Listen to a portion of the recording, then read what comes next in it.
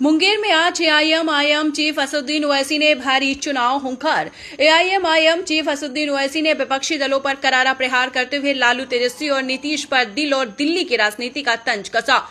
ओवैसी ने मंच से साफ कहा कि किसी का दिल बेटे के लिए धड़कता है तो किसी का राजगीर के लिए और किसी का अहमदाबाद के लिए, मगर मुसलमानों के लिए किसी का दिल नहीं धड़कता। साथ ही कहा कि घुसपैठिया अगर भारत में कोई है तो बांग्लादेश की बहन है जिसे दिल्ली में लाकर बिठाया गया है।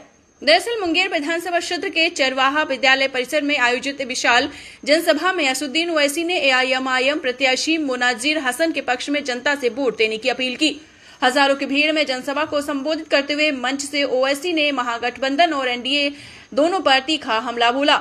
उन्होंने लालू राबड़ी और तेजस्वी यादव पर निशाना साधते हुए कहा कि 15 साल सत्ता में रहने के बावजूद उन्होंने किसी अल्पसंख्यक को डिप्टी सीएम तक नहीं बनाया। ओवैसी ने कहा कि बिहार में मल्लाह समाज की 3% आबादी के बेटे को डिप्टी सीएम बनाया जा सकता है, 14% आबादी वाले का बेटा सीएम बन सकता है, लेकिन 17% आबादी वाले मुसलमानों को आज तक न सीएम बनने का मौका मिला और न ही डिप्टी सीएम का। ओवैसी ने इस स्थिति को सामाजिक न्याय नहीं बल्कि राजनीतिक भेदभाव बताया है। उन्होंने मुख्यमंत्री नीतीश कुमार, आरजेडी प्रमुख लालू प्रसाद और प्रधानमंत्री नरेंद्र मोदी पर जमकर हमला बोला।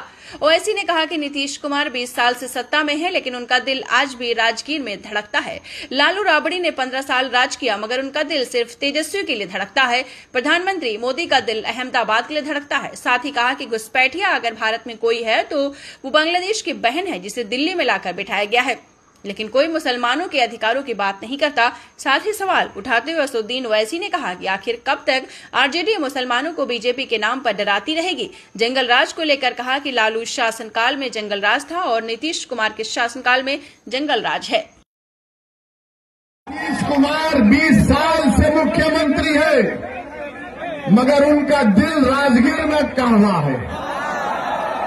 राजद 10 साल लालू परिवार मुख्यमंत्री रहे, मगर उनका दिल सिर्फ अपने बेटे में अटका हुआ है। तो बताओ ये बिहार की जनता कहाँ जाएगी? क्या विकल्प है?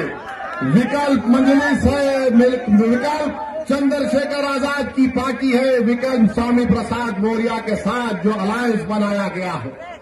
तो हम आपसे अपील करने आए हैं कि आप अपने के कोर्ट का सही इस्तेमाल करिए, हमारे बड़े भाई को कामयाब करिए।